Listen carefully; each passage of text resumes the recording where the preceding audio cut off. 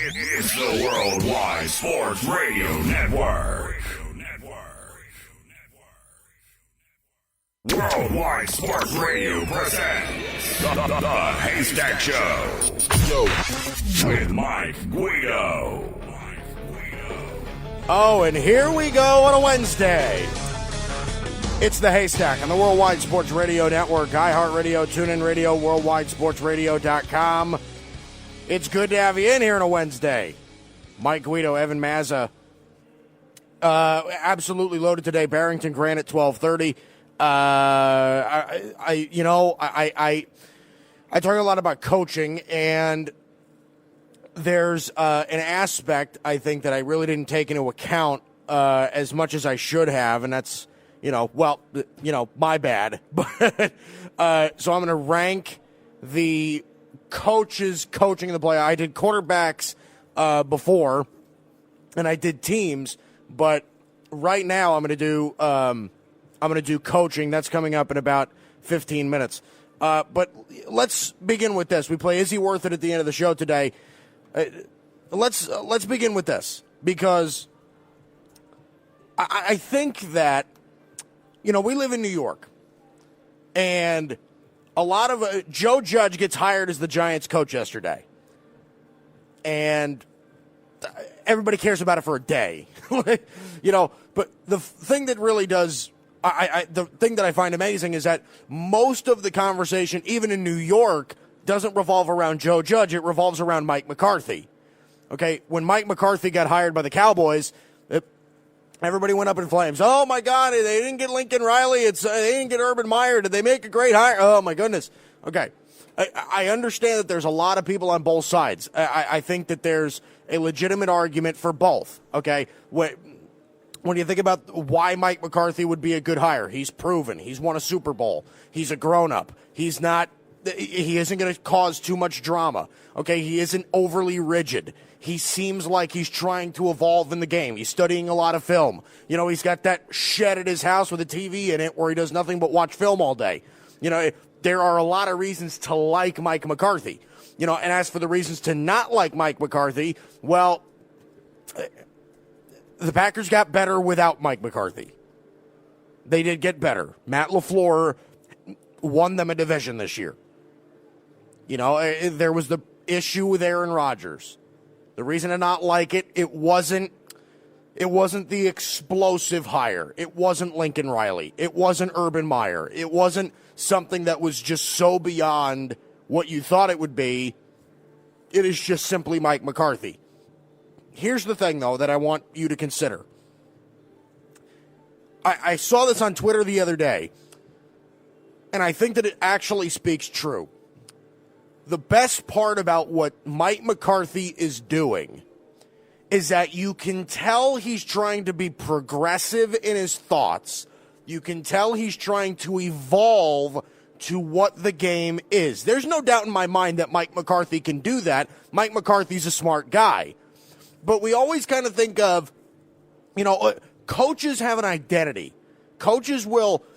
They go to the NFL, they come in with a certain system, they come in with a certain way that they coach, and that's just the fact of the matter. They don't really adjust. The only guy that really adjusts is Belichick, and that's what makes him the best of all time. But Mike McCarthy's a West Coast guy. Like Leonardo DiCaprio, I watched the other night with my fiance, Evan, I watched Inception, okay? I've never seen the movie before. Leonardo DiCaprio and that guy that's in all those commercials. I have no idea who else is in it, but Leonardo DiCaprio, where he's trying to plant something in somebody's mind. First of all, it seemed like it was the movie that Leonardo DiCaprio did for a little bit of extra cash. It did not feel like a Leonardo DiCaprio movie, but I figured that it's a Christopher Nolan film. Christopher Nolan, one of my favorite all-time directors. Love Christopher Nolan. Well, here's my thing, is that you could even tell Leo has an identity as an actor, okay? He has that. Every time he reads a script, you feel like you're watching Wolf of Wall Street, even though you're not. Okay, famous for Titanic, famous for The Revenant. They all feel the same because his tone, his voice, his pace, his script, his everything is exactly the same. Leo has an identity. And that's the same thing with NFL coaches. Coaches have the exact same thing. Mike McCarthy has an identity as a West Coast guy, doesn't use the running game a lot. He's a pass first, a heavy offensive line, heavy on wide receiver. Mike McCarthy is that type of guy. He's a big passing offense guy. Here's the thing. When coaches get fired, like Mike McCarthy did in Green Bay, you are forced to make adjustments. You are forced to find new life. Okay? Andy Reid did this when he got fired by Philadelphia. When Andy Reid got fired by the Eagles, of course he was a hot commodity. But he got fired for a reason. He needed to prove to other GMs and other owners that his philosophy was going to change.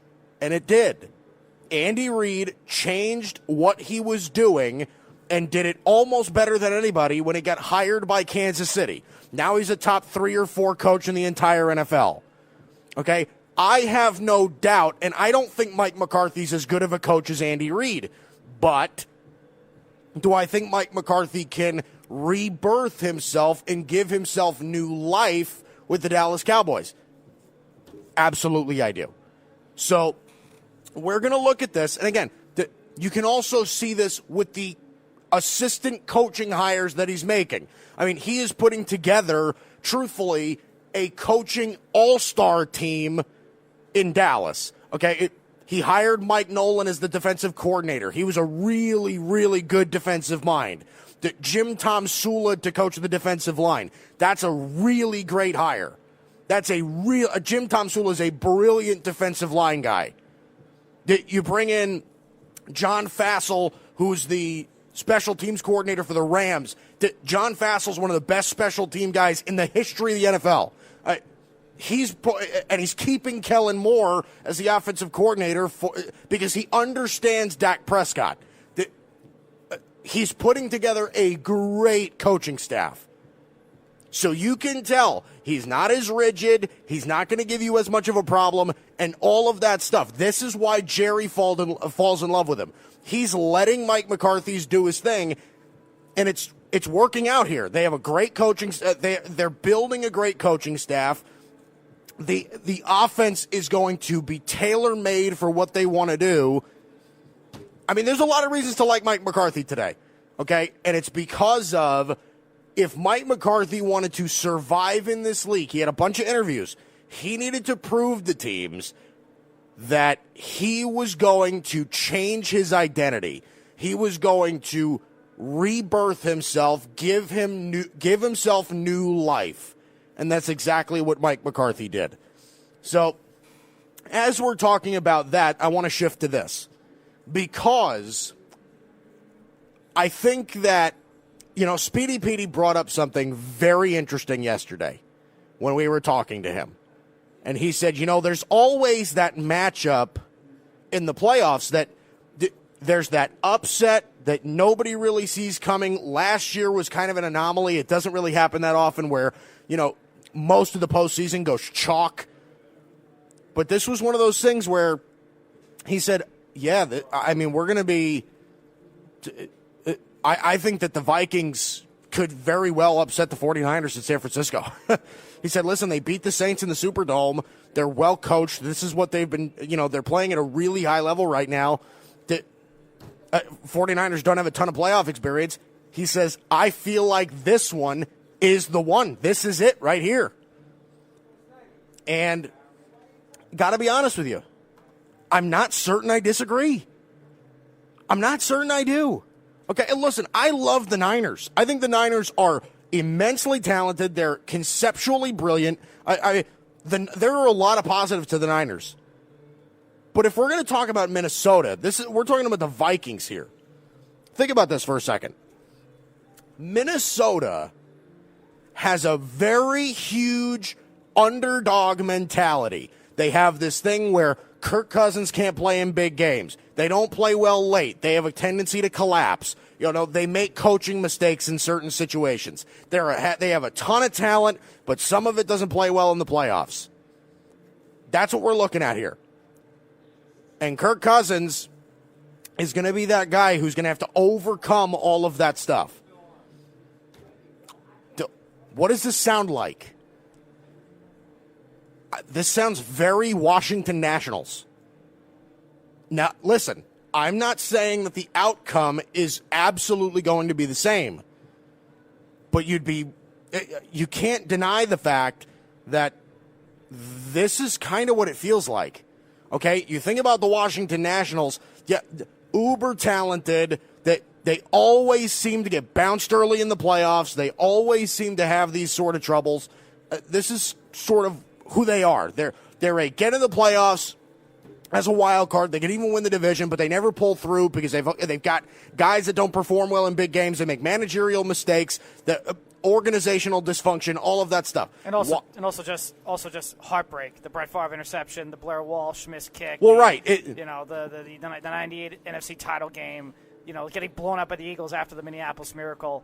Just a lot of also bad heartbreaking losses too, and collapses like 2002 2003 when they collapsed and lost the division. Right, exactly. So, but like I said, this feels very Washington Nationals.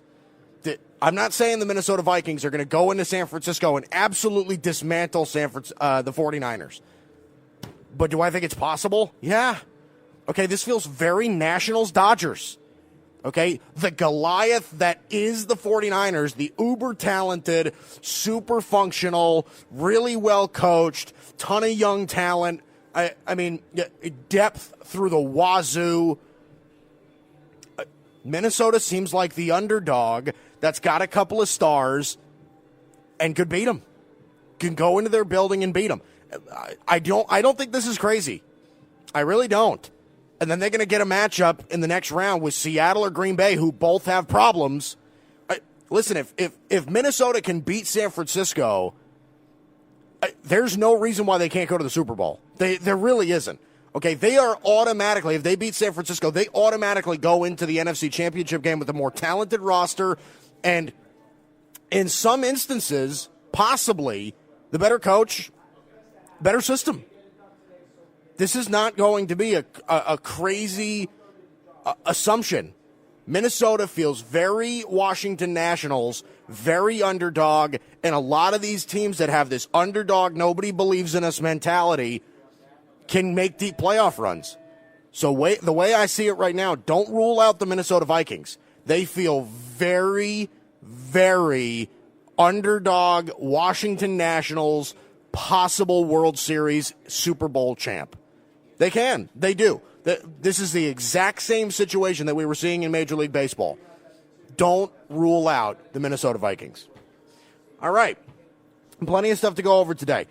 Coming up next, I'm going to rank the 8 remaining NFL coaches in the NFL playoffs right now. I think you'll be surprised where these guys stack up because, I was doing a list yesterday, and I ranked all 31 of the coaches. The only Browns don't have one, so they're automatically last. So I ranked 1 through 31, and I figured, I'm really surprised on how these really panned out because I didn't expect them to fall into this order. Some of them were higher than I thought. Some of them were lower than I thought.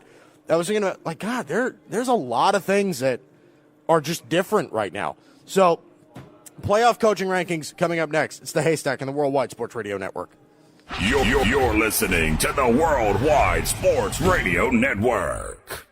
You're listening to the Haystack Show on the Worldwide Sports Radio Network. Good to have you back. Haystack, Worldwide Sports Radio Network. Mike, Evan here on a Wednesday.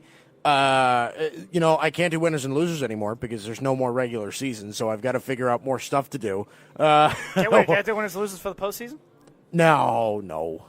That list is going to be way too compact. It's going to be way too easy. We'll think of something. Yeah. Well, I don't know. We'll think of something. For today, I'm going to rank the remaining coaches in the playoffs. I think that I'm surprised at where I have them falling. Evan, here we go.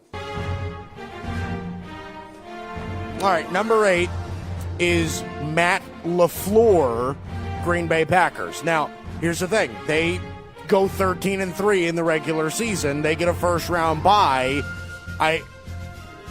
This is one of those things where I'm stacking him up against coaches in his own division. I'm stacking him up against coaches that are in the playoffs. Matt LaFleur is the third best coach in his own division. Matt LaFleur is I think, first-year guy, young guy, never been in the playoffs before. I'll be honest with you, the Packers offense did take a little bit of a step back with him than it did with Mike McCarthy. So, Matt LaFleur right now, I'm going to put him at 8. Could he prove me wrong in some aspects in a couple of years? He absolutely can. But right now, Matt LaFleur, the Packers have the weakest coaching advantage right now. They have the weakest coach in the playoffs right now. Matt LaFleur at number 8. Number 7, Bill O'Brien. This is one of those things where he's been on the cusp of losing his job for years upon years upon years. But he keeps winning the division, and he keeps making the playoffs. He keeps making the divisional round. The Texans are having tough grounds to fire him. Players like him. There's no real problem here. He's not a fan favorite in Houston. That's where people are calling for his firing. But let's be honest. Bill O'Brien right now, I'd say, is now the 7th best coach in the postseason. It's crazy. I mean, look, if you think about the Houston Texans, do you think that they're elite? That they're I'm going to make up a word. Elitely coached. Is that a word? Elitely? Elitely.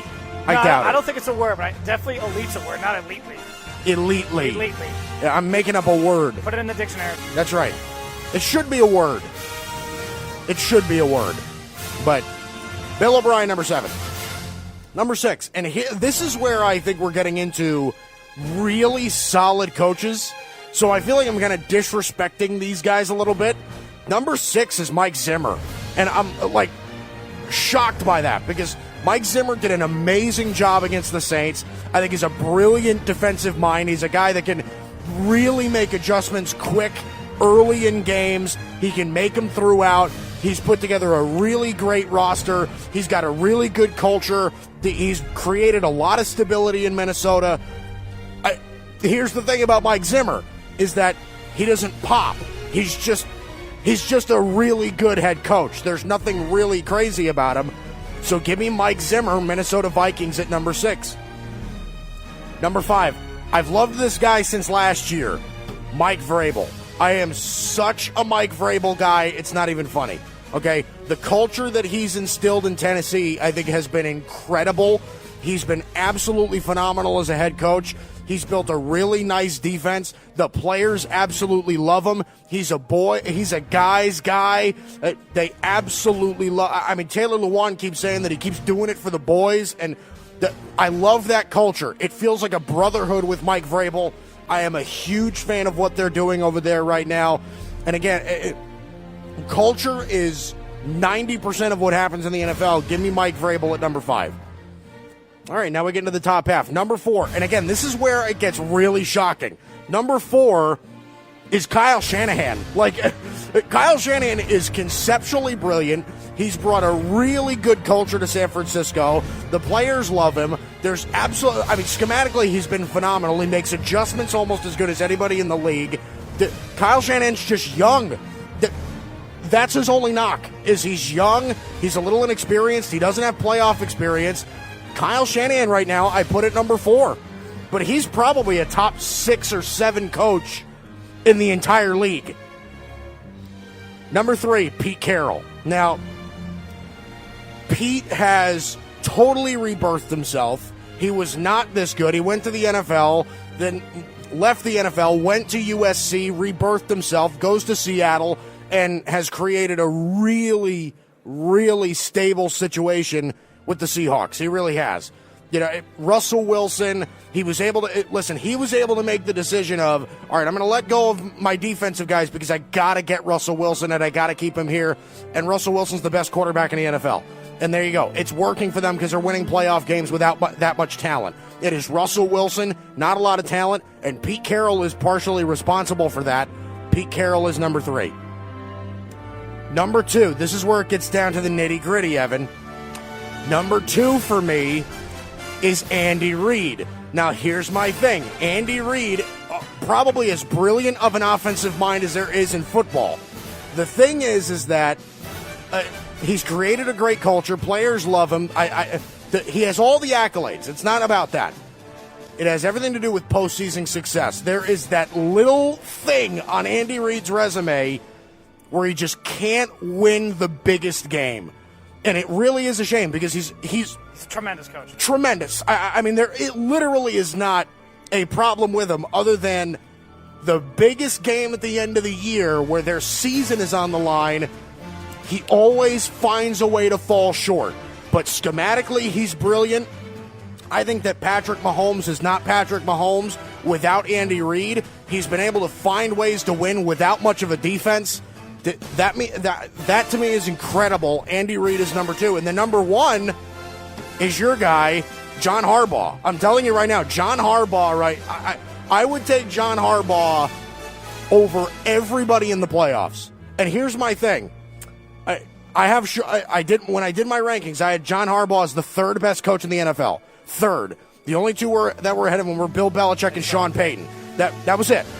But John Harbaugh right now, number 3, number 1 in the playoffs right now. He's done so much with this defense. He's made a lot of adjustments over the course of the year. He's done a great job at building something around Lamar Jackson, getting Greg Roman involved and creating that offense. John Harbaugh instills stability. They never go away. The Ravens are never out of it, almost ever. John Harbaugh, I think, is best coach in the playoffs right now. He's number 1. With Belichick and Sean Payton now, yeah, he definitely is. And honestly, I can make a case he's over. You can make a case for him being over Sean Payton. I think you can.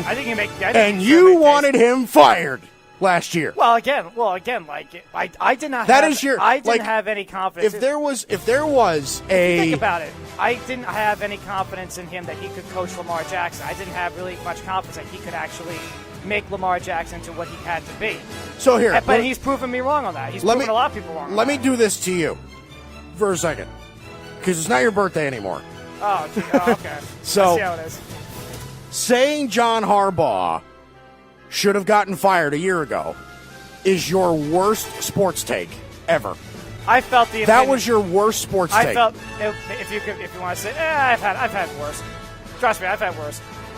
I don't know what. Since we've been on air, what do you think your worst sports take is? I don't remember. It's probably John Harbaugh. Listen, the Ravens. What's mine? What's yours? You keep track of mine. You should know this. Because I don't even know what mine is. What's my worst sports take on the air? I don't know. Tom Brady isn't the GOAT. Tom Brady isn't That's the GOAT. not a bad take. You wanted Dak Prescott gone at the beginning of the season? Okay. That's a pretty bad one. You want Dak out of the... That's a bad one. We could go a list of all That's our a bad one. No, you're right. That's a bad one. We could go a list of all our bad takes. I felt my greatest sports take ever. I'm calling it right now. My greatest sports take ever. Why? And listen, I don't like to be boisterous. I don't like to be pompous or anything like that. Okay, I hate drawing attention to myself. But I will say my greatest sports take ever was comparing Baker Mayfield to Peyton Manning. That was my greatest sports take of all time. That was my greatest sports take ever. That was something completely different. Oh, my God. But come on. You listen to that sports take and we're just like, wow, we had people walking in this cafe that were looking at me and just like, that's a great take. That's a great take. I was like, well, thank you. Thank you very much. Oh, thank you. Sure. I'm just messing. But but in all seriousness, I think John Harbaugh, you absolutely can make the argument. I think he's definitely the best coach in the playoffs. Oh, absolutely. And I think you can definitely make the case that maybe he is better than Sean Payton. He's not better than Belichick, but no one is. Right, but I mean, John Harbaugh is, and the funny thing is that John Harbaugh has gone so underappreciated for years. I mean, he gets overshadowed by his own brother. Oh my goodness! Who's, if anything, disappointing at Michigan. The amount of times that when Jim was in San Francisco that people called John Jim Harbaugh, and still to this day call him Jim Harbaugh, is still baffles my mind. Because Jim Harbaugh is the loud, he's the rock star. He's like Jim Harbaugh is the name, but John Harbaugh is he's like the 2-0 against his brother. he's the quiet, under the radar gem that isn't his brother. Like John Harbaugh, I think is a better coach than Jim. Here's the weird thing about the two. Jim is a better X's and O's coach. I think John is a better leader of players. John. I agree. I agree. And that's not to say Jim isn't a leader. I definitely think Jim is a leader. You're right. But there's something with John Harbaugh. I've watched John Harbaugh now for 12 years. There's never been a game where I've watched, win or lose, where I say, yeah, this team never came out to play. Right. No, they've always come to play every single in so many games where it looks like they have no chance of winning. They come out and they play their tails off. John Harbaugh, yeah, I would agree with you, is the best coach ever.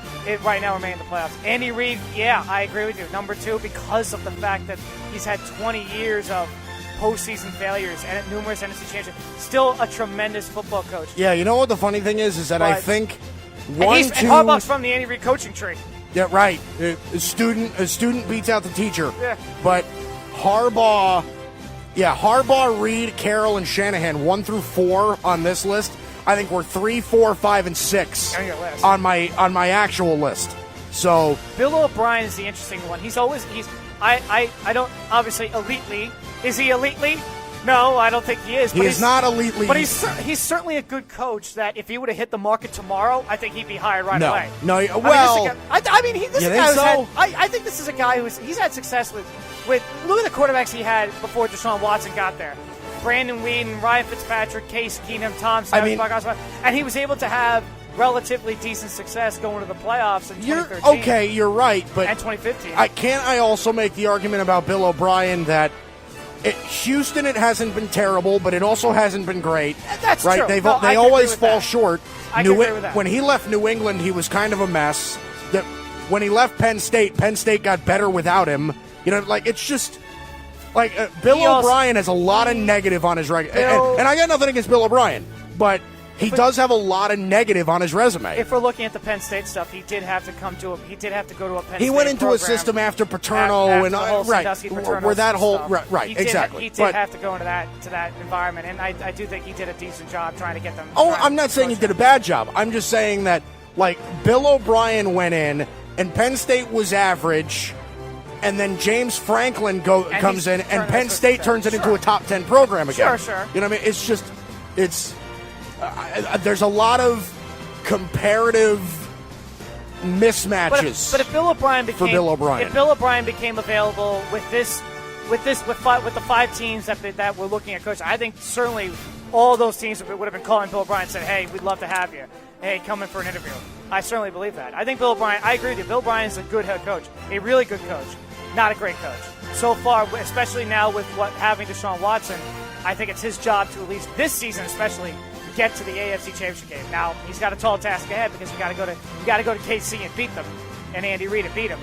But Bill O'Brien's certainly the most interesting coach, I think, remaining in the playoffs. Yeah. So just to recap the list for you, I got Matt LaFleur at 8, Bill O'Brien at 7, Mike Zimmer at 6, Mike Vrabel at 5, Kyle Shanahan at 4, Pete Carroll at 3, Andy Reid at 2, and then John Harbaugh at 1. That's another one. Speaking of coaches that's done a heck of a job, Mike Vrabel. Like I said, fantastic. Mike job. Vrabel has instilled a culture in Tennessee that is unlike any other. And again, it has been fantastic. He's doing it with. I know people say, well, they've had 3 straight 9-7 seasons, but would you consider that you had a quarterback like Marcus Mariota who wasn't, and now Ryan Tannehill comes out of nowhere. You make the playoffs, and then you beat the Patriots in Foxborough. Yeah. You can't tell me that that's not great. Mm-hmm. So there we go. That's how I'll rank the coaches remaining in the playoffs. Andy Reid 2 years ago in Kansas City in that amazing comeback. Yeah. Oh yeah. He's done a great job. Didn't he beat him again this year? Tennessee. No, Tennessee beat somebody else. No, Tennessee beat Kansas City this year, I think. Didn't they? I know they beat New England also last year in Tennessee. Yes, they did, 35-32. Yeah, no, that's the game that I was thinking of, 35-32. And it was again. It was which week? Yeah, week 10. November Week 10. 10th, yeah. But it was in Tennessee. It was Yes. in Tennessee. Okay, Yes. so it wasn't in Kansas City this time. But I'm telling you. All right, so there we go. That's the list. Playoff coaching rankings. The remaining 8 coaches, 1 through 8. Also, I want to bring this up too, Evan. My fault. Before My fault. Mike Vrabel was not the coach of the Titans when they beat the Chiefs in the playoffs. My fault. that was 2017. I got the years mixed up. who was the coach then? Ken Wisenhunt? Uh, No. Yeah, maybe. Was it Wisenhunt at that point? It was. Evan's a fast researcher, so. Mike Mularkey. It was. Oh, yes, it was Mularkey. I actually thought Mularkey was doing a decent job over there, but then they hired Vrabel, and I was like, okay, well, and now Vrabel's doing a great job, so can't really argue with it. All right. I do also want to bring this up, Evan. Another great sports take, because we haven't recapped my bold predictions lately. Another great sports take of mine was that Jarvis Landry would have more catches than Odell, and I got that right. I said that before the preseason. I was think. I was looking at through your poll predictions. Actually, I think it was Monday. Yeah, Monday when we did it. When we were doing it, I was kind of looking through them and checking the boxes. You got the Lamar Jackson one too, right? That one was the more rushing attempts. Yeah, and wait, didn't I say he'd finish top 3 in the MVP? And he's going to win MVP. We have not officially got it, but yeah, he's most likely going to win. He's going to win. Yeah, he's going to win MVP. Forget about top 3. He's right. going to win it. He's going to. Who would be ahead of him? Who'd be ahead of him? Like his only contender is Russell Wilson, and I don't think Russell Wilson has a shot. I really don't. It's going to be Lamar, a big 50-foot gap, and then there's a decent chance. Russell Wilson, and then I don't even know who would finish third. I don't know who would finish third. Michael Thomas. Give him some love. Give Michael Thomas some love. Listen, no disrespect to Michael Thomas at all. He had a historic season, but McCaffrey it's going to be something crazy. Because didn't McCaffrey go 1,000 and 1,000? 1,000 rushing yards and 1,000 receiving yards. Didn't he go 1,000 and 1,000 this year? I know we're totally off base, but is that the point? Yeah, it's pretty much right. McCaffrey had 1,000. He had 1,000 rushing yards and 1,000 receiving yards. Yes, he did go 1,000. Fantastic year. He definitely should be up there too. But yeah, I do think this award's going to go to Lamar Jackson. Absolutely, and it might be by a lot. It definitely very well could be by a lot. Go looking through some of your poll predictions. Jarvis Landry leading the league in catches. Elliott sitting out the first 2 weeks. That was a bad one. That was. Well, I wouldn't. No, I would not say that was bad. Because who would is honestly who sitting was out the first 2 weeks because Tony Pollard would let the team in rushing yards. Hey, listen. That was not a terrible sports take. That was not a terrible. Who was expecting Zeke to get signed before the season? Nobody was. Okay, Mister, I'm 26 and getting old. I'm getting real old. Waking up with back pain and shoulder pain. Yeah, did you walk in? Did something hurt this morning? Thankfully, not yet. Maybe tomorrow. Did you wake up with a sore knee or something? Maybe tomorrow. Not yet. Not yet. You woke up with a finger cramp. Oh, Jameis Winston will be the starting quarterback for the Bucs next season. I think that could still happen. That's not a bad sports take. We'll see. Who's it going to be? Who's it going to be? It's not like they're in prime draft position to draft a quarterback. They won too many games. Jason Garrett not be the coach next season. Well, I think I got right. All of us would have gotten that one. Yeah. Okay. I'll give you credit. Yeah, Winston. I do think that's a bad take. We'll see. We'll see with Winston, but I don't think that's a terrible take. One that you definitely got right. Patriots going 1 and done. That was a bold prediction that you nailed. Oh, wait, I did say that the Patriots would lose their first.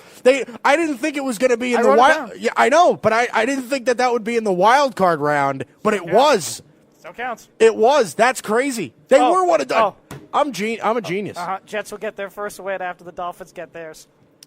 Whoops. Yeah, well, listen. Cowboys. Yeah, hello. Freaking Cowboys. I have my own team to blame for that. Thanks a lot, Dallas. Thanks a lot, Jason Garrett. That's why you're fired. With the hard F. fired. Bears will sign Teddy Bridgewater or Phillip Rivers next year. That one definitely is not far off. I don't think so. Say, but again, I know they said the Bears did say that they're going to commit to Trubisky. We'll see. That's a. Well, they're going to commit to Trubisky because he's still under contract. Yeah. He's still under contract. Yeah, I have a feeling I'm going to get that one wrong because they're going to stick with Mitch. I mean, he's technically still under contract. He is. And they're still paying him decent money. They're paying him number 2 overall pick money. But I think that's the reason why they're saying we're committed to him, because he's still under contract. And right now, no one's going to say, yeah, we'll trade for Mitch Trubisky. Right. I don't think so. All right, so we'll see. I still don't think. I definitely still see the Bears signing a quarterback. All right. Barrington Grant around the corner on the Haystack and the Worldwide Sports Radio Network. You're listening to the Worldwide Sports Radio Network. Worldwide Sports Radio presents the Haystack Show with Mike Guido.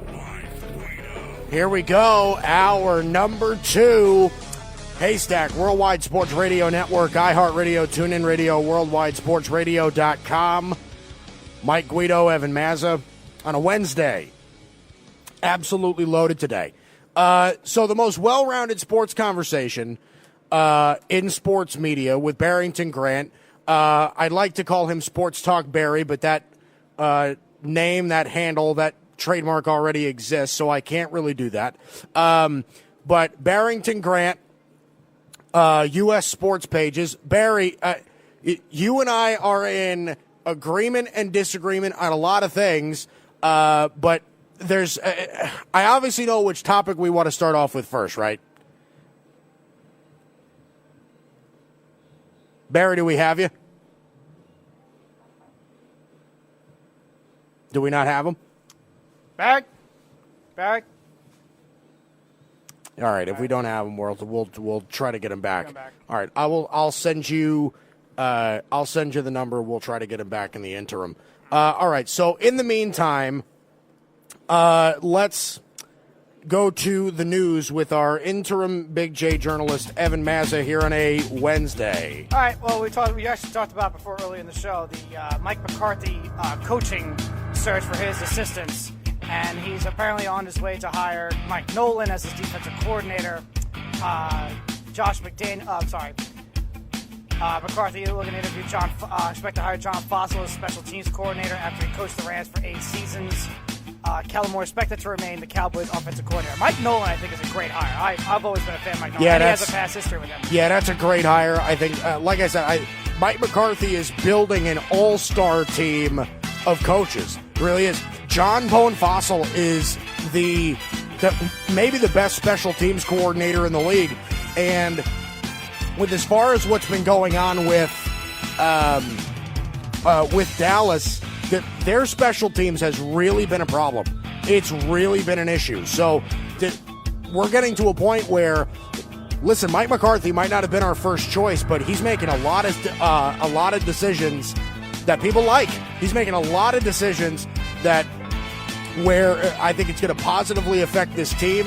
Coordinators, assistants. He's keeping Kellen Moore around, which I think is smart. Mike McCarthy, I'm a huge fan. I am a huge fan of what he's done so far in Dallas. I can't complain. I really can't complain, Evan. He's done a really great job. So far, so good for McCarthy, and I think that his search is showing. He's going to show how viable he is as a coach, and he's got a lot to prove. McCarthy, he's got a lot to prove. The exit in Green Bay wasn't obviously what he wanted. He's got a lot to prove. You're right. So, speaking of coaching hires, the Cleveland Browns, they said they want to hire a coach by Saturday. Saturday is when they want to hire their new coach. Josh McDaniels is expected to interview on Friday. Kevin Stefanski is expected to interview for them on Thursday. And Jim Schwartz is expected to interview for them today. And the Browns apparently want to get their coaching hire done by Saturday. Interesting is they're not in a rush. Obviously, they're the only team they're rushing against right now is themselves because they're the last teams left to get a coach. But right now, they want to hire a coach by Saturday, and they're having Jim Schwartz in today, Stefanski tomorrow, Josh McDaniels in on Friday. You know what the problem is? Is that Cleveland, nobody wants the Cleveland job. Nobody wants the Browns job. Okay, Matt Rule denied the interview. Nobody wants it. Nobody wants it. They don't have a general manager. They don't have a head coach. They have a hard-to-deal-with quarterback. It's a mess. It is an absolute mess. No, nobody can feel good about this right now. Seriously, this is just a mess of a situation with Cleveland. And whoever they bring in is going to be another guy that isn't going to have a ton of experience. They're going to be, throwing for a wild card. I mean, sir, Mike McCarthy would have been the perfect fit for Cleveland. They lose him to Dallas. I mean, they're not even going to get a top-ranked college guy. They're going to. Could Kevin Stefanski work? Could Robert Saleh work? Could Josh McDaniels work? I guess, but none of these guys are proven NFL head coaches. None of these guys have any experience. They're going to be bringing in a guy that, again, you're taking a risk. I'm not sure, but here's the thing, though. Whoever they bring in, they've got to bring in for a while. Okay, they can't fire him 1 or 2 years in. They got to bring in. They've got to hire a guy and stick with him for a little bit. How many coaches have they had that where it's been pretty much that? Mike Patton, now Freddie Kitchens. Hugh Jackson. Hugh Jackson was 2.5 years, not even. Even though I think, in fairness to Hugh Jackson, I'm not sure that Hugh Jackson was responsible for his record. Like, when you're 3-35, he went. I thought it was 1-31. Or was it 3-35? Well, he won one game. He won one game in 2016. He went 0-16. And then the one win against the Jets. So, yeah, 2 wins, I guess. And then the tie against Pittsburgh. But then, that's the thing, but Cleveland's roster was terrible at that point. It was terrible. So, I don't know. I was never a huge fan of Hugh Jackson getting fired. But, he did have 3 wins in Cleveland. He did. 36-1. That's what I'm just like, there's got to be some sort of stability there. I don't blame them for firing Freddie Kitchens, but I can blame them for hiring him in the first place. They really should have tried to shoot a little higher at head coach, and they didn't. I was not in love with it. All right, that's the news. Interim Big J journalist Evan Mazza here on a Wednesday. All right, now we'll see if this works. Barrington, do we have you, my friend? Barrington Grant, do we have you? What's up? We do have you. Thank God. I swear, this damn phone just likes to piss me off. It really does. All right, Barry, let's get into this. So, the most interesting conversation in sports media today, Barrington Grant, U.S. Sports Pages. Now, let's get into this, okay? Mike McCarthy to the Cowboys. Okay, wasn't my first choice, but ever since then, ever since he first got hired, I got to admit, I've been really impressed with the moves he's making. I'm really impressed with the impression that he's making with the organization. I love that he's trying to evolve. Tell me, what was your initial reaction to McCarthy, and what are your thoughts on Mike McCarthy as the new coach for the Cowboys? Initial reaction was, not a bad hire. I just didn't think it was the best hire. So I still think that Urban Meyer would have been the guy to spearhead this team into the next decade. Right. He's innovative. He's a leader. He's a leader amongst men. But the fact that he has no NFL experience was a big hiccup for Jerry Jones. Not a bad hire, like I said. Mike McCarthy has been a good head coach in the NFL. He's won the Super Bowl. He's had 2 Hall of Fame quarterbacks that he's worked with. So, there's a lot of potential here. But what really impressed me was the fact that he went out and got some real assistant coaches, some real good coordinators. He got John Fossil, who's one of the best special teams guys in business. He went out to get Mike Nolan, who is a hard-nosed coach. I remember when he coached San Francisco 49ers, and he had Mike McCarthy as his offensive coordinator. The teams weren't bad. They made the playoffs, I think, a few times or one time. So, and he's one of those guys that preaches discipline. So I like that. The fact that you're keeping Kellen Moore, that's a great thing. Obviously, he's not going to have as much play calling duties now because you have Mike McCarthy there. He calls all the plays, but there's going to be a comfort level and a familiarity between Dak and Kellen Moore that he won't have with just him and Mike McCarthy. So there's a buffer there that Dak does need, which is a good thing. Yeah, no, I'm 100% with you. I think that the way that he's hired his assistants, another one that you didn't bring up that I think is a big one is Jim Tomsula to coach the D-line. Yes. I mean, he wasn't a great head coach, but as a D-line coach, he's one of the best in the league. And what's one of the Cowboys' main struggles on defense? D-line. They got talent, Absolutely. but they don't perform up to it. So I think that's a enormous hire for the Cowboys if it actually goes through. Now, again, speaking on path of McCarthy, there's a lot of reputation for McCarthy as a West Coast guy. A lot of passing. He's never had a great rushing offense as a head coach. Do you think that McCarthy, because obviously he needed to win over the interview with Jerry, and he did. Do you think part of that was proving that he could evolve? Because a lot of coaches have second lives. Andy Reid had a second life and made a lot of changes when he got hired by Kansas City. Do you think a similar situation could happen with McCarthy? Definitely a similar situation can happen. Will it happen? We have to see. We have to see, because a lot of people can say they're going to change. They've learned from their mistakes, but when the pressure is on, we normally revert back to what we're used to. Right? So we want to see what he actually does when they have a little bit of adversity. Now, granted, he's never had a great rushing attack when he was in Green Bay, but to be honest, he's never had a back like Ezekiel Elliott. So with that being said, I think he's going to be able to use Zeke in a way that is going to still pass the ball a ton and get him in space. So you're going to see a lot more screen passes, I think, in Dallas that we've been lacking for a couple years. Yeah, I don't think I disagree with you. I think there's a good chance that he's evolved. I mean, he spends a ton of time watching tape, so I think there's going to be a lot of plus going into that hire. Now, getting into some of the others, right? Matt Rule goes to Carolina, and Joe Judge ends up with the Giants. Give me what your thoughts are. Is this a bad look for the Giants now? They lose out on Matt Rule. They don't even get to interview him. What are your thoughts on that whole situation? Well, for what I heard about Matt Rule is that he accepted the Panthers job and then called the Giants, or he called the Giants prior to accepting the job to get them to match. The Giants didn't want to match. Really? So then he went to Carolina. It's a questionable hire. For somebody to get that much power as a first-time head coach, when you had success at Baylor, you had some success at Temple, but it wasn't success to the point where it was a complete turnaround for the franchise or for the team.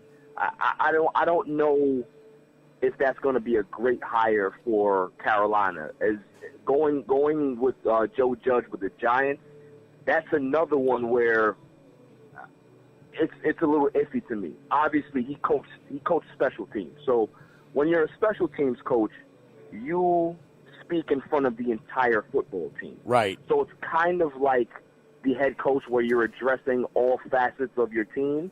And I think that's how, Gettleman was thinking, that you have somebody who's had the respect. He's coached under Nick Saban. He's coached under Bill Belichick. My only concern is that when you coach under those guys are not teachers. Right. They don't teach their assistants to get better. It's just, listen, you're here, you have to learn yourself.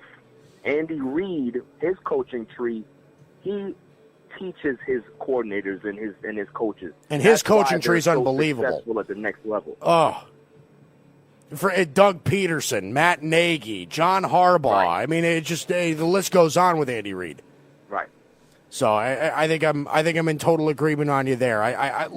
It felt like a panic move to me, getting Joe Judge, because it felt like Matt Rule got swept from under us. That now we can't lose another guy. We can't lose. We lost Ron Rivera, we lost Mike McCarthy, we lost Matt Rule. Now we can't lose Joe Judge. So that they didn't even interview Josh McDaniels or anybody else. They just didn't. They didn't want to let Joe Judge go anywhere else because if anything, he was going to go coach for Mississippi State or something like that. So, well, another take about that too is that Gettleman is kind of like a mad scientist, right? Yeah. So when he picked Daniel Jones, everybody killed him for it. Now, Daniel Jones is looking like he's going to be a good quarterback, right? Yeah. I think he's taking the same aspect into his coaching hire.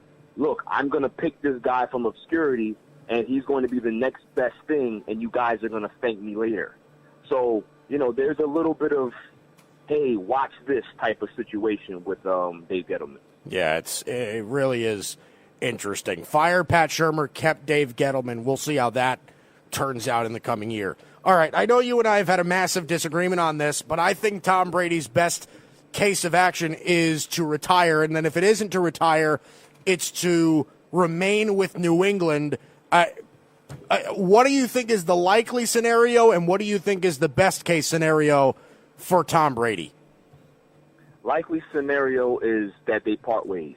I think Tom Brady and Belichick have had enough of each other. They've had plenty of success. It's 20 years. If they want to part ways at this point, I don't think you can blame either party for doing so. Yeah. What's likely to happen is, what I think will happen is, I think he's going to, he may go to a couple places. I think Indianapolis may be a spot for him, but I also think that the red-hot spot for him is actually with the Los Angeles Chargers. I think that you have receivers, you have, warm weather. He's a Cali kid. Everything is a good running game. A decent offensive line, pretty good defense. I think those things he's going to look at to see what is my best chance of winning, because at this point, Tom Brady's in it for winning Super Bowls. He wants to win a Super Bowl without Belichick and vice versa. So he's not going to just go anywhere just to play. He wants to go to the best situation where he has the ability to continue to win. So this is kind of a loaded question, Barry, because you and I are in disagreement on this. First part of the question is: do you think Brady is physically capable of winning another Super Bowl?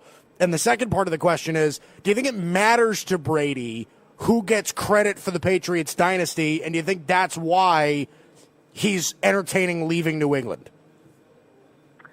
Is he capable of winning another Super Bowl? With the right situation, yes.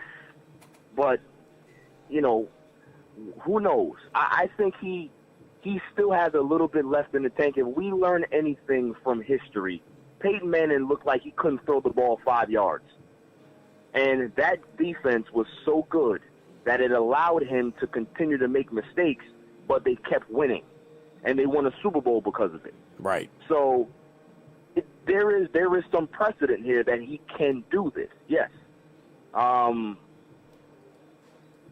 With the other part, I think that Tom Brady is a competitor.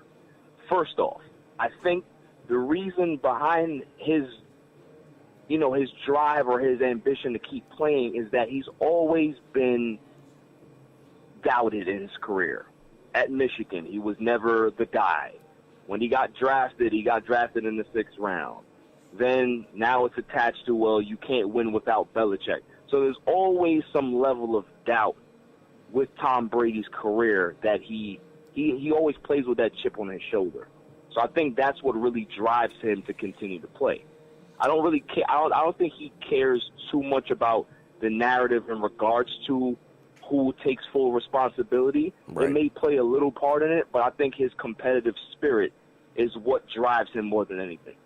So as far as I want to kind of shift to this, because our guest yesterday told us that he would not be surprised if Minnesota went into San Francisco and actually upset the Niners. We usually get that surprising upset every year. Last year was sort of an anomaly, but he said this game kind of feels like it could be the one. That Vikings have a lot of talent. This feels very Washington Nationals to me. Like underdog usually always underperforms, but they get the first game out of the way. They beat New Orleans in the Superdome. The Vikings have a very Washington Nationals feel to them. What say you on that? No, I agree. I think that every athlete gets their time in the sun, right? And what I mean by that is that Kirk Cousins has always been the bridesmaid but never the bride. Right. So he's now going to be in position to showcase that this is my time. And I think that they have a great chance to beat San Francisco because, Jimmy Garoppolo, he's never been in the playoffs before. It's a big stage. There's going to be a lot of question marks with that team. Although they're good, that defense is stout. They're electric. I think that the Minnesota Vikings have lightning in a bottle here. I really do think that it may be their time to win. That's what it looks like to me. Like I said, I think their path could be easier than what people think. If Minnesota beats San Francisco, I mean, they'd be going up against either Green Bay or Seattle, and they both have their problems. I mean, they'd automatically go into that game with a more talented roster. There is no reason for me that if they beat San Francisco that they can't go to the Super Bowl. So let's get into this now because I think that this is really interesting. As far as when it comes to let's kind of say it like this.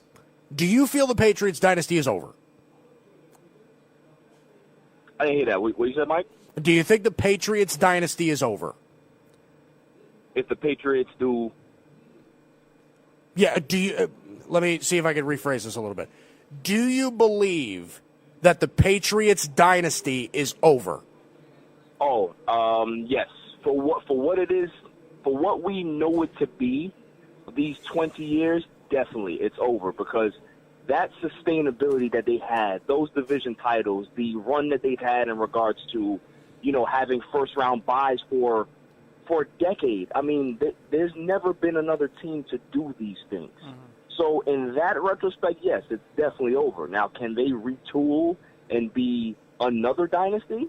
It's possible, but nothing will ever be like what they created for the 20 years. No, it's definitely over in that retrospect in regards to what they've done. As far as I guess not really in the AFC, but now that the Patriots, the Goliath is kind of out of the way now. Is Baltimore the team to kind of take over that? I wouldn't say the same sort of dynasty title, but are they the team that is going to be, I guess, most consistently feared in the AFC going forward? When you have a dynamic quarterback like Lamar Jackson, if he can stay healthy, 100%. How can you doubt them? Their formula for success is, it's pretty efficient. It's undeniable. I think the arms race in the AFC is going to be between the Chiefs and the Ravens going forward. I think that will be the new rivalry going forward because you got two young quarterbacks, two wildly out-of-this-world talented quarterbacks that do different things, but they're just great in their own aspect.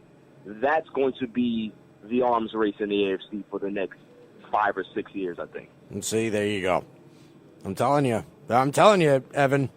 I know you're the most pessimistic Ravens fan in the world, but what about Ravens Chiefs? Obviously, that's 1 and 2.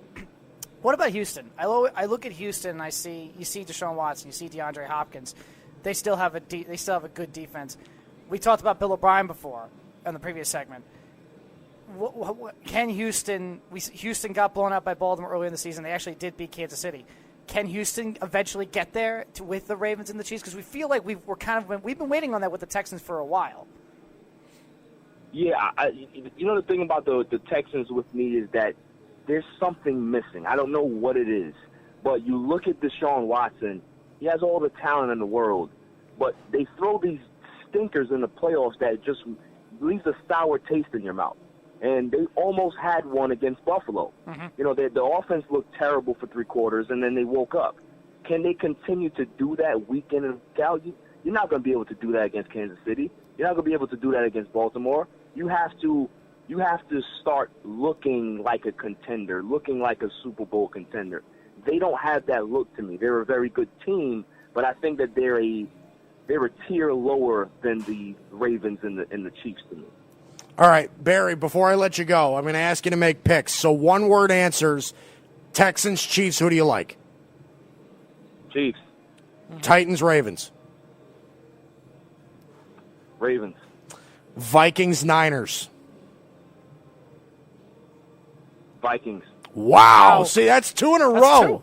That's two in a row That's for two. Vikings. And I'm expecting a third from you on Friday. All right, Seahawks, Packers. I can't go against I can't go against my man Aaron Rodgers. Going Packers. All right. Okay.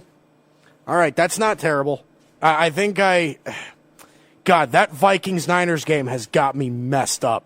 I'm telling you right now, that is going to be the game that is going. You know what's going to happen with that game, though, is that it's going to be a blowout. Like we all think, the Vikings are going to upset the Niners. The Niners are going to beat them by 3 touchdowns or something like that. It's going to be something insane. It's really the it's really the NFC. It's really the NFC divisional play. Like I think we all have a feeling that KC and Baltimore are beating in the title game. I think we've all kind of felt that way as the middle. You know of what the though? season went through. Niners and Vikings feels like it should be the NFC Championship game. Niners, you know what I mean? Like the Packers and the Seahawks both have their problems. They're both hurt. They're both kind of underwhelming. But my point is, you know what I mean? My point is, I think we kind of get a figure with the AFC, in the NFC. I think our figure is any of these 4 teams can win this game. I definitely think Seattle can go to Green Bay and beat them. I do too. You know, I don't know. Any of these 4 teams in the NFC. What say you, Barrington? Barry? Any of these 4 teams in the NFC could actually has a chance to win to go to the NFC title game compared to the AFC, where we really have that feeling of it's Ravens Chiefs. Yeah, I mean it's definitely a possibility. Obviously, when you got Russell Wilson, anything can happen. That guy is special. He's magic. But there's so much, they're playing in Lambeau. I don't know if they can be able to overcome that. I think Aaron Rodgers, this may be his last good run at possibly getting to a Super Bowl, getting to an NFC championship. But I just don't think Seattle has enough to beat the Packers. I just don't see it. I don't see it. All right. Final question. I promise you, before I let you go, final question. Joe Burrow or Trevor Lawrence? Who do you like more? Wow. He said, Sunshine, wow. Sunshine or Kevin McAllister? You know what, man? I like Sunshine. Give me Lawrence, man. He is special. He's special. I like that. Sunshine or Macaulay Culkin? All right. Barrington Grant, U.S. Sports Pages, the most interesting sports conversation in sports media. Thanks, bud. Appreciate it. All right, man. I told you. All right. Barrington Grant, one of the best guys in the business. He's great. All right. Coming up next, McCarthy, can he bring up new life? And I'll tell you what the Vikings feel like this morning. That's coming up next. The Haystack and the Worldwide Sports Radio Network. It's the Worldwide Sports Radio Network. Worldwide Sports Radio presents the Haystack Show with Mike Guido. And here we go, hour number 3. It's the Haystack and the Worldwide Sports Radio Network, iHeartRadio, TuneIn Radio, WorldwideSportsRadio.com. Mike Guido, Evan Mazza, my producer. It's good to have you in here on a Wednesday. Still plenty to go over. We play Is He Worth It in about 30 minutes, and less than that, 25 minutes. Absolutely loaded. Because I think Barrington Grant, who we just had on, is on the same page as us. And a lot of people are starting to buy into this, Evan, that the Vikings could very easily go into San Francisco and beat the 49ers. Yeah, it is like, listen, the talent for the Vikings is there. It's not like it's not there. It's always been there. Okay? It is, what Kirk Cousins are you going to get? Can Dalvin Cook run the football and be effective?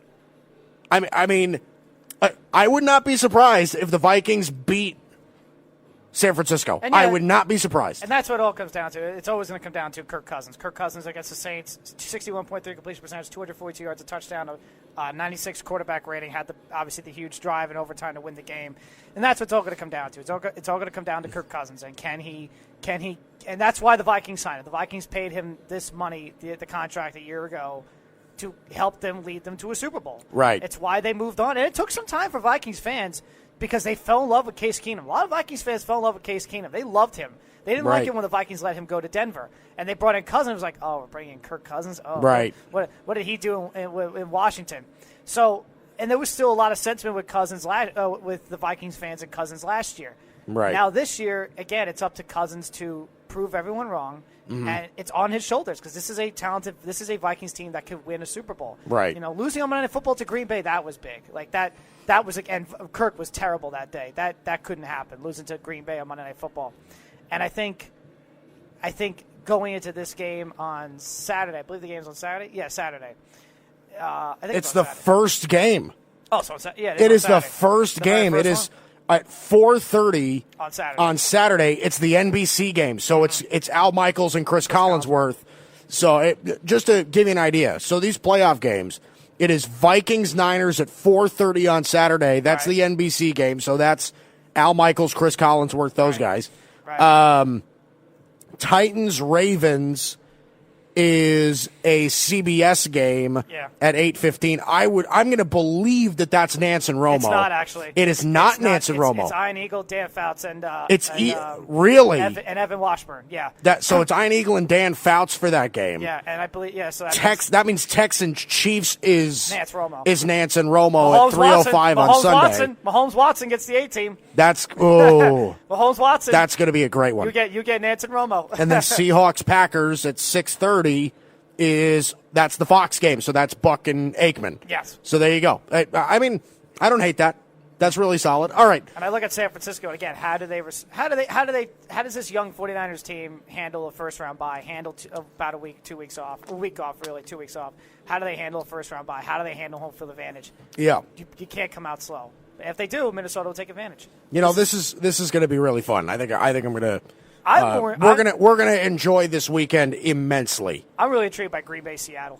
I definitely think Seattle has that road mentality to go into Green Bay and beat the Packers. I'm really intrigued by that one too. All right, so here we go. I want to begin with this. Excuse me. My voice is starting to weather.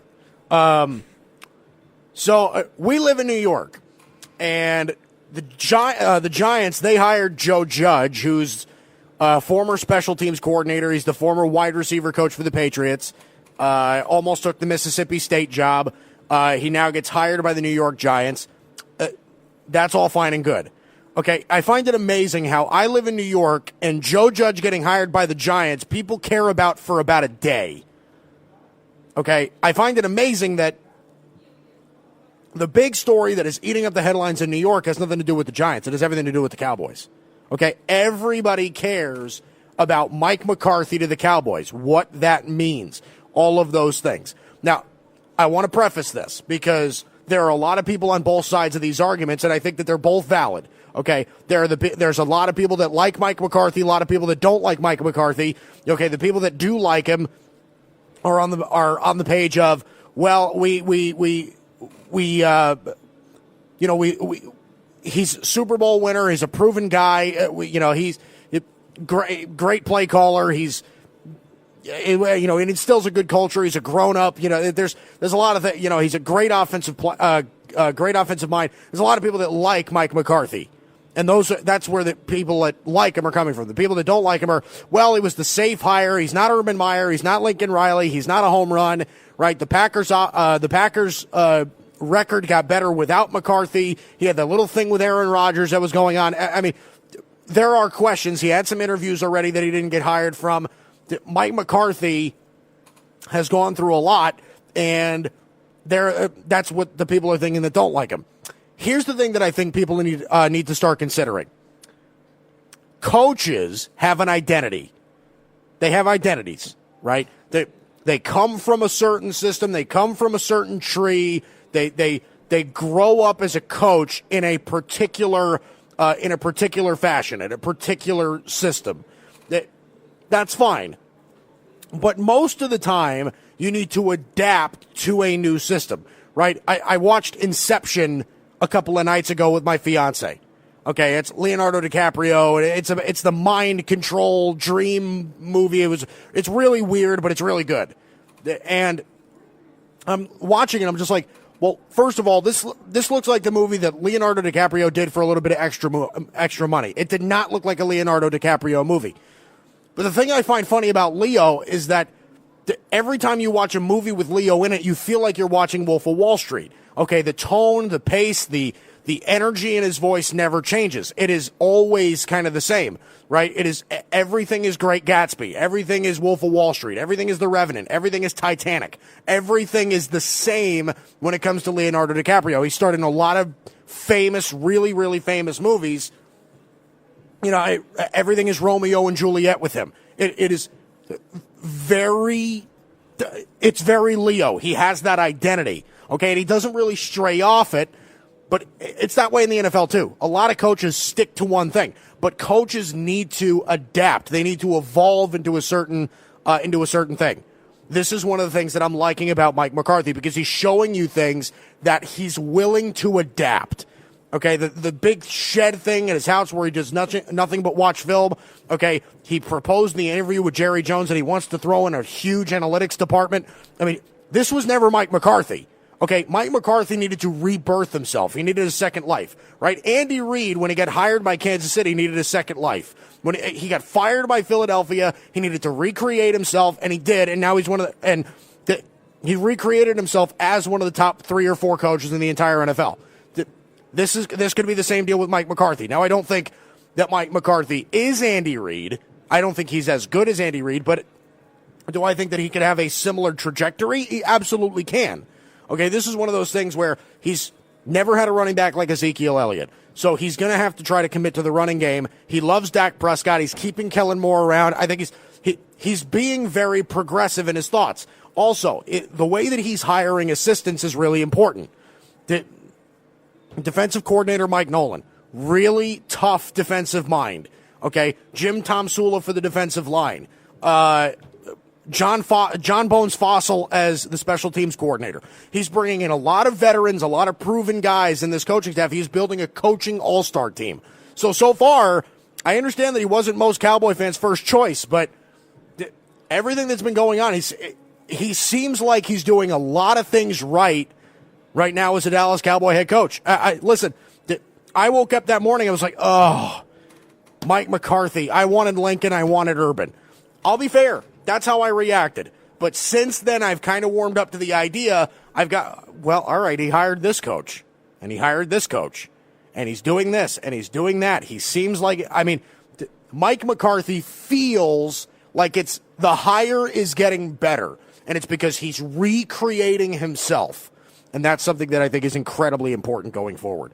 Okay, I want to shift to this, because this is, I think, something that needs to get brought up, and it needs to get some more attention. Speedy Petey told us yesterday, and Barrington Grant just told us today, they would not be surprised if the Vikings beat the 49ers on Saturday. They would not. Okay? Usually in the playoffs, we get that one big upset every single year. Last year was sort of an anomaly. It doesn't usually happen. This is one of those years where we absolutely could see it, and they said, listen, this feels like it's going to be the one. Like it's going to be that upset. Because truthfully, I don't think any of the other games would be crazy. The Ravens are going to beat the Titans. The Chiefs feel like they're definitely going to beat Houston. And I don't really feel either way about Green Bay or the Seahawks, whether it would be an upset. I think that's a very even-keeled game. Here's the thing. There's no reason why Kirk Cousins and the Minnesota Vikings can't go to the Super Bowl. There isn't. There is no reason why. Think about this for a second. The Vikings go into the playoffs today as the underdog. They go in as the team that never performs, that has a ton of talent, but never lives up to it. They have made poor coaching decisions late in games. Okay, they've had the heartbreak, all the kicking situations that they've had. They have all of the same qualities as the Washington Nationals in baseball. And the Washington Nationals won the World Series. Okay? I'm not saying that this is absolutely going to happen, but it's something to think about. the Vikings have a lot of Washington Nationals in them. Underdog, underachieve. They do. Listen, Kirk Cousins has always had the reputation of not playing well in big games. He just beat the Saints in the Superdome in the wild card round. And it was partially because of him. He played a really good game that day. So, listen, I'm not gonna walk around here saying, "Oh, no," but it is something that we have to at least acknowledge. It's something that we have to think about going forward because, I'll be honest, the Vikings and the Nationals, they do have a lot of similarities. They do. Okay? Underachieve, a lot of talent. I mean, they've got it. They have a lot of stuff that a lot of people like. So, again, I'm not going to go heavy on this, but everybody knows that the Vikings' talent is there. That they run the ball well. They have an improved offensive line. They have wide receivers. Their defense is star-studded. Okay? They're coached well. The Vikings have all the pieces. It's not like they don't have the talent to beat San Francisco. Will they? I don't know. But it feels very Washington Nationals. Feels very fire under their butt. It does feel very good going into this Saturday. I do not disagree with the fact that they very well easily could win this Saturday in San Francisco. Okay. Coming up next, we play Is He Worth It? We play it every single Wednesday. That is coming up next. It's the Haystack and the Worldwide Sports Radio Network. Your Haystack Show on the Worldwide Sports Radio Network. Great to have you back. Haystack Worldwide Sports Radio Network. Mike, Evan here on a Wednesday. We were loaded today, and I'm amazed by the amount of people that are telling us, yeah, the Vikings, they could be in this weekend. Like, I'm shocked. Because 1 minute everybody is so out on Minnesota, they're never going to win a big game because they can't do it. Kirk Cousins stinks. And then the next thing I know is, well, it's when you do it. It's when you do it and you get that big win, and it all of a sudden gets people thinking, like, okay, hey, they did it. They got one. That means they could do another one. Can they do it again? It gets people thinking, you know? It's like, it's like with the Washington Nationals. Uh-huh. You know, we had they can't get past the divisional round. Then they beat the Brewers in the wild card. I was like, okay. Then they beat the Dodgers in the divisional round. I was like, oh, they did it. You know, and that's when we all started. Then we were just like, all right, they're not beating the Cardinals. Like, the Cardinals are really good. Mm-hmm. But they got hot. They got hot. The Boston Red Sox, when they first won in 2004, it was, they can't beat the Yankees. They beat the Yankees, who came back down 3-0. And it's a good thing you didn't bring up 18. The Cardinals. Well, that's another story, isn't it? Who's the common denominator? Alex Cora. Brings up another interesting. Banned for life. I sense that's a topic for tomorrow or Friday. It could be. Speaking of which, Evan Mazza with the news on a Wednesday. Oh, my goodness. I would bring it up in a news segment, but you know what? I think we should save it for a segment. Save it for a full-fledged topic. Let's say where I design and I just roast the Boston Red Sox. Let's just get Matty Cap sitting over here. Let's get Tyler Errol. Let's get all the Yankee fans of this network, Anthony Carragher, and just talk 2018 Boston Red Sox. Okay, so... And how the 2020 New York Yankees are going to lay everybody out this year. The revenge tour. The 2020 Yankee revenge tour. So Oliver Luck, Andrew Luck's father, the XFL commissioner, yes, said on the Dan Le Batard show that he, quote, didn't notice any hankering from his son to get back onto the field. So that's what he said on the I bet not. Like, Andrew Luck in his first, I don't think anybody expected Andrew Luck to come back after a year off. I think people are expecting Andrew Luck to come back after a couple years off. You know what I mean? But he's got to be happy. There's always, that's the thing, is Andrew Luck has been injured his entire career. He was a top 5 quarterback in the NFL when healthy, but at some point, if he's waking up every morning and something hurts, I mean, he's got to be thinking to himself, you know, what's more important to me? Do I want to play football, or do I want to live a healthier life where I don't have to wake up every morning Be happy. and I can't feel my knee? Like, it's just, I bet you that Andrew Luck is as happy as he's ever been right now. I would And agree. apparently Jacoby Brissett texts him quite often. Jacoby Brissett and Andrew Luck are good friends. They are. They're good friends. So, Brissett's been in that locker room for a couple of years now. I'm sure Andrew Luck still helps him out. Gives him advice. I'm sure. But Listen, I would be so curious if Andrew Luck were to come back to the NFL. If he were to come back to the NFL, do you think he would go directly to the Colts, or do you think he would? He's still technically under contract with the Colts, right? I mean, I know the Colts got back a lot of his money. I believe. Is he still under contract? Let me do a little bit of research, because that would be something if he was still under contract with. Did the Colts get a lot of his money back, or I think he was able to keep most of his contract. Right? No, yeah, they rescinded some of it, but they let him keep most of it. Right, they did. Okay. They let him keep most of it. So let's see this for a second.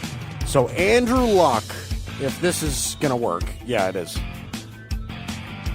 Hold on just a second. Spot track. Andrew Luck's contract.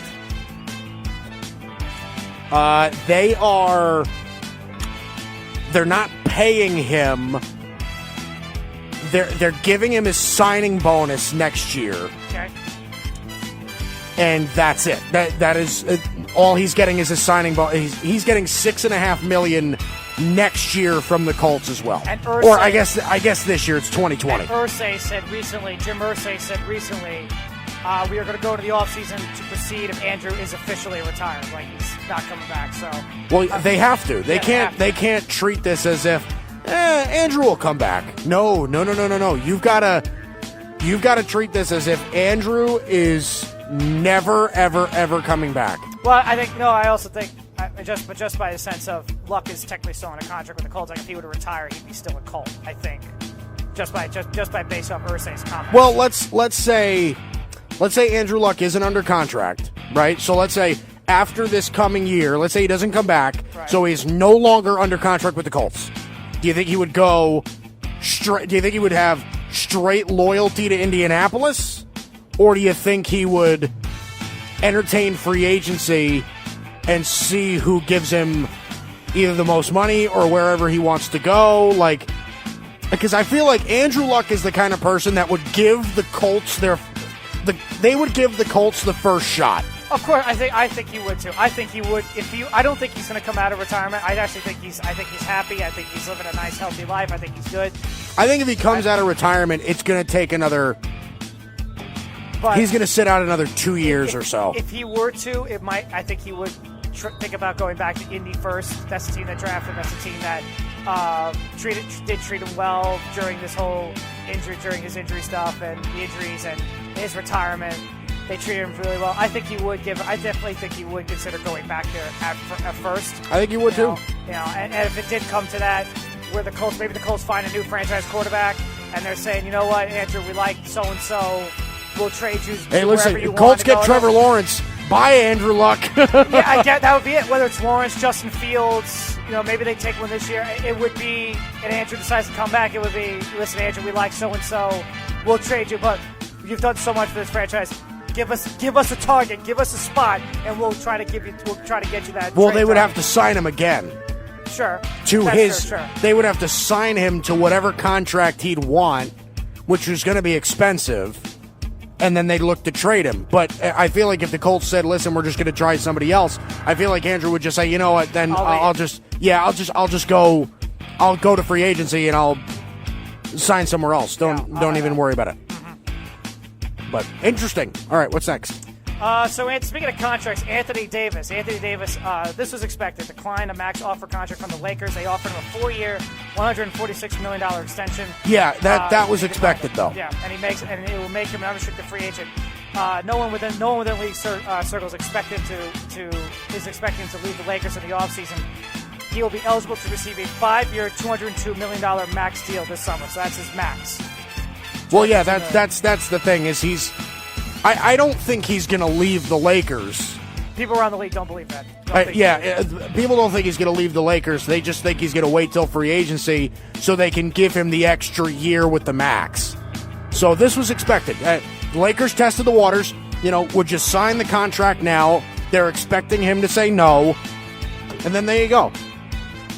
I mean, the amount of money in the NBA is ridiculous.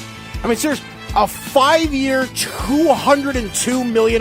That is, think about this, Evan. That's more than $40 million a year for one player. $40 million a year for Anthony Davis. Anthony Davis he's a top 5 I mean, Steph Curry's making $40 million. Seriously. I mean, that is just an absurd amount of money. Anthony Davis, a top 5 player. Steph Curry, a top 5 player in the league. Yeah, of that caliber. 45 Insane. $45 million, $202 million. The Lakers will pay him. The Lakers will pay him. The Lakers will give him they'll pay him. Especially this year with the success they're having this year. They'll give him that money. They will give him that money. Crazy. What's next? Speaking of the NBA, Zion Williamson, we'll stay more in the NBA. Zion Williamson was actually asked, he talked about everything going on with the draft process. Zion said he actually wanted to spend another season at Duke, and he waited all the way until the deadline for underclassmen to declare before officially entering the draft. Mike Krzyzewski, actually played a pivotal role in telling Zion to enter the NBA draft. Well, yeah, it was the smart decision for Zion to enter the NBA draft. Here's the thing: this is going to be an interesting. I'm gonna look at this a little bit differently. If Zion were to go back, right? If Zion were to go back for another year, if Zion were to go back for his until his senior season, and Zion was still the number 1 overall pick, right? That never changed. Right. He would totally shift how players look at one and done. He would totally shift it. Zion's stock wouldn't have gone down at all. Maybe that would lead to more players staying in college. Listen, Zion knew knew forever that he was the most highly touted prospect that we've seen in a while. Zion Williamson is like the mecca of college basketball prospects. He was going to be the number 1 overall pick. He was going to be a millionaire. And he still was like, I'll stay one more year in college. In the NCAA, where Zion is impoverished, I mean, that's something. Don't you think that kind of shifts the paradigm a little bit? It would have been interesting to see him. It would have been interesting to see if he did go back, and it would have been. And I'm sure a lot of us would have thought about it, questioned, and said, "What are you thinking? You're already going to be the number 1 overall pick this season. You're going to be the most highly touted NBA prospect we've seen in a long, long time. You go." And Krzyzewski, that's one of the reasons Krzyzewski told him go to the draft, because that he knows the risk. He knows the risk of going back and your draft stock going down. It's one of the reasons why I think some of us are telling Tua Tagovailoa, hey, go back, hey, just enter the draft now. Now obviously with his hip injury, some of us are saying, hey, go back to college and get that draft stock even more. But again, you never know. So now Tua's entering the draft, and his value is going to be where it's at. And we still a lot of us expect him to be a top 10 possible draft pick, top 15 possible draft pick. Krzyzewski knew the risk. Go now. You're the number 1 pick right now. Go now. Zion. It would have been interesting to see Zion come back, and play and be at Duke this season. Hey, you and Ray keep talking about there's no dominant team in college basketball right now. If Zion was at Duke right now, I think we would have our answer. Would you agree? If Zion still played at Duke, Duke would easily be the favorite. They'd be undefeated. They would be taking over college basketball. So right it would now. certainly be interesting to see. But however, they wouldn't be as good as they were last year. Oh, sure, because there's no Redick. There's no RJ. Barrett, there's no Reddish. There's no Barrett. I agree. I 100% agree. But it would have been interesting to see Zion go back. But I think and hey, obviously Zion's not playing right now, so hindsight's 2020. Zion is playing right now. Hopefully Zion comes back and plays. I really want to see him play soon.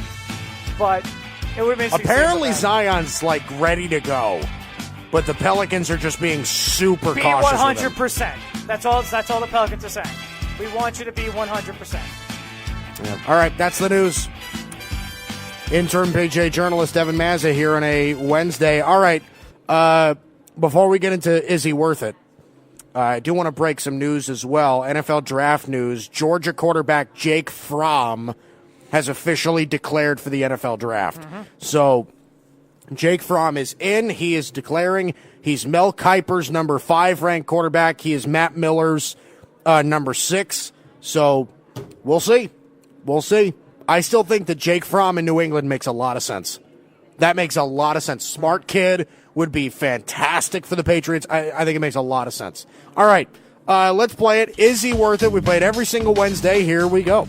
All right, so a couple baseball contracts. Starlin Castro to the Nationals, 2 years, $12 million deal, $6 million AAV. Is he worth it for the Washington Nationals, Starlin Castro? I think so. Listen, I've always been a Starlin Castro fan. I think it was. I loved him as a Yankee. He's played well as a Marlin. I think it makes a lot of sense for them.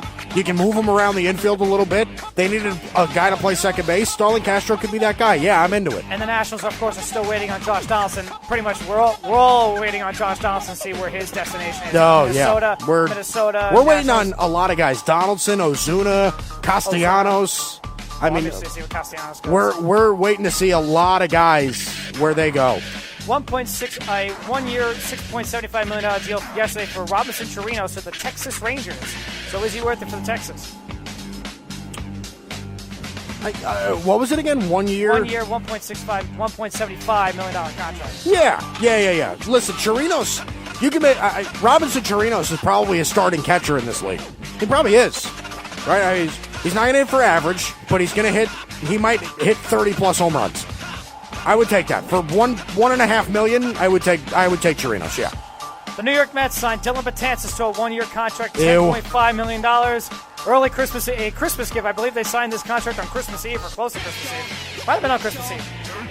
1 year, $10.5 million contract. He has 2 player options. The deal could max at $13 million in 2020 if he reaches career benchmarks, worth up to $13.5 million if he exercises his player option for 2021. So for the New York Mets, Dylan Betances, with that contract right now constructed, is he worth it for the Mets? Yeah, I think he is. Listen, he's such a great culture guy, and when he's healthy, I think he's the best eighth inning man in baseball.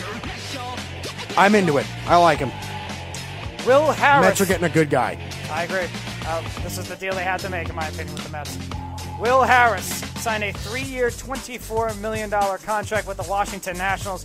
$8 million AAV overall, average annual salary with the Nationals. Is he worth it for Washington in that bullpen? You know, that's an interesting one because Will Harris he's been good for a while, but last year he was unbelievable. Right, yeah. I mean, yeah, I would say so. 1.5 ERA. $8 million, yeah. That's the thing. It's like when you can get relievers for the cheap. I mean, Will Harris is going to be a dynamite reliever for them. I mean, and that was their weakness last year. Right, exactly. And it got hot in the postseason. Now they got to make up for the loss for Rendon, right? Really badly. They need a stick. That's why they need a stick in that lineup. And I think that's why getting Castro is big, and they're still waiting on Donaldson, which will be interesting. Speaking of hitters, Cole Calhoun, 2 years, $16 million with the Arizona Diamondbacks, $8 million average annual salary. Is Cole Calhoun good power bat for the Diamondbacks? Is he worth it? I hate to be redundant, but yeah, I think he is. For $8 million, Cole Calhoun is a superstar defensively. And can he hit 30 home runs a year? Yeah, he can. Listen, I never was in love with him as a player. I never was. But he can play.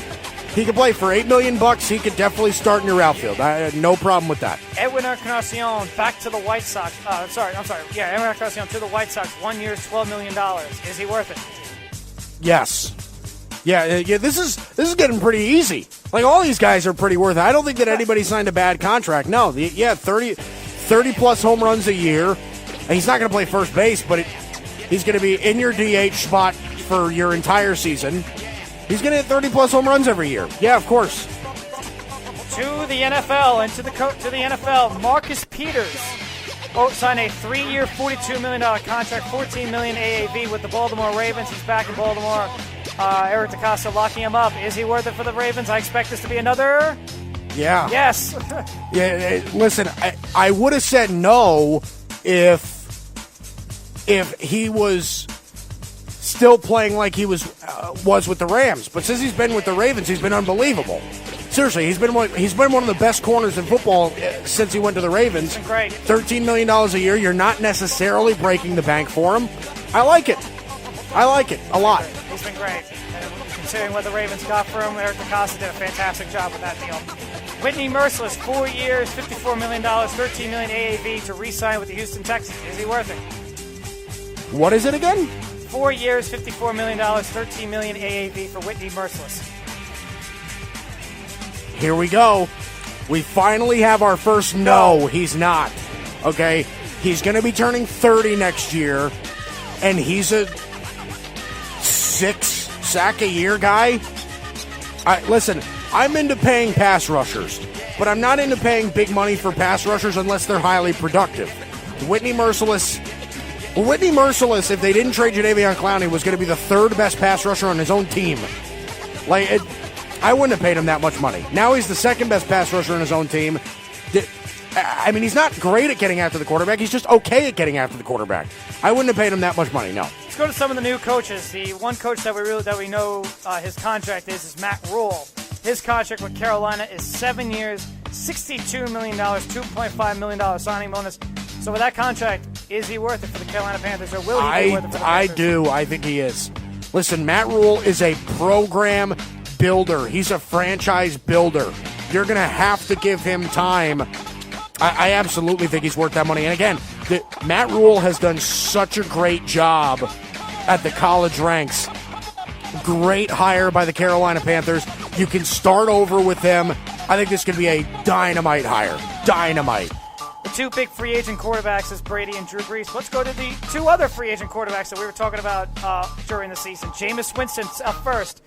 We're looking at Jacoby Brissett contract, a 2-year, $30 million, $15 million AAV kind of prove-it deal right. for Winston. Is he worth that contract?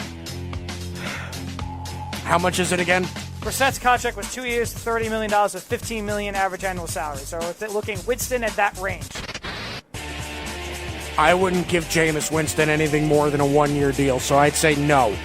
He is not. First quarterback in NFL history to throw 30 touchdowns and 30 picks in the same season.